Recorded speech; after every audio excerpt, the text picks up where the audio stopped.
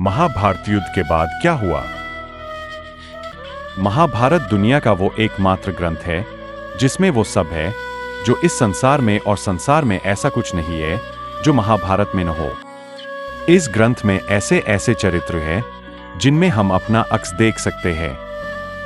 महाभारत युद्ध के लिए भी जाना जाता है, ऐसा भीषण युद्ध जो मानव जाति के इतिहास में फिर कभी नहीं देखा गया। ये युद्ध था कुरुक्षेत्र का। ये युद्ध चला तो सिर्फ 18 दिन था, लेकिन भारतीय पुरुषों की लगभग 80% आबादी हलाक हो गई थी। इस युद्ध में पांडवों की जीत हुई थी और कौरवों की हार।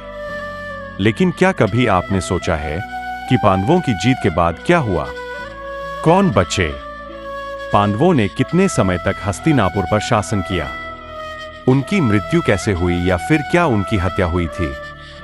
और सबसे महत्वपूर्ण बात है कि भगवान कृष्ण का क्या हुआ?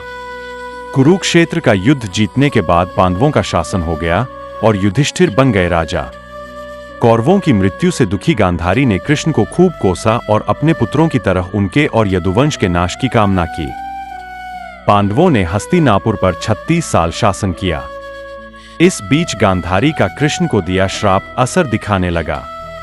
कृष्ण यदुवंशियों को लेकर प्रभासा चले गए।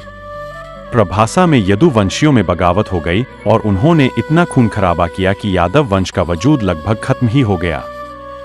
बगावत रोकने की कोशिश में एक शिकारी का तीर गलती से भगवान कृष्ण को लग गया, जिससे उनकी मृत्यु हो गई।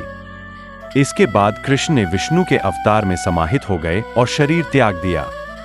कृष्ण के बाद वेद व्यास ने अर्जुन से कहा कि उनके और उनके भाइयों के जीवन का उद्देश्य पूरा हो गया है।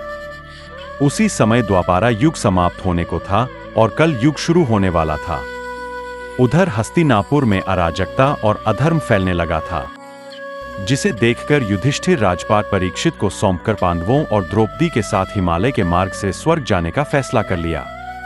रास्ते में एक कुत्ता, जो दरअसल भगवान यम थे, भी उनके साथ हो लिया। रास्ते में इनकी एक के बाद एक मृत्यु होती जाती है, जिसकी शुरुआत होती है द्रौपदी से। भीम की सबसे आखिरी में मृत्यु होती है। इनकी मृत्यु का संबंध उनके अभिमान, अभिलाषा से जुड़ा था। लेकिन युधिष्ठिर ही अकेले थे जिनको किसी बात का अभिमान नहीं था, और वह कुत्ते के साथ स्वर्ग के द्वार तक पहुंच जाते हैं।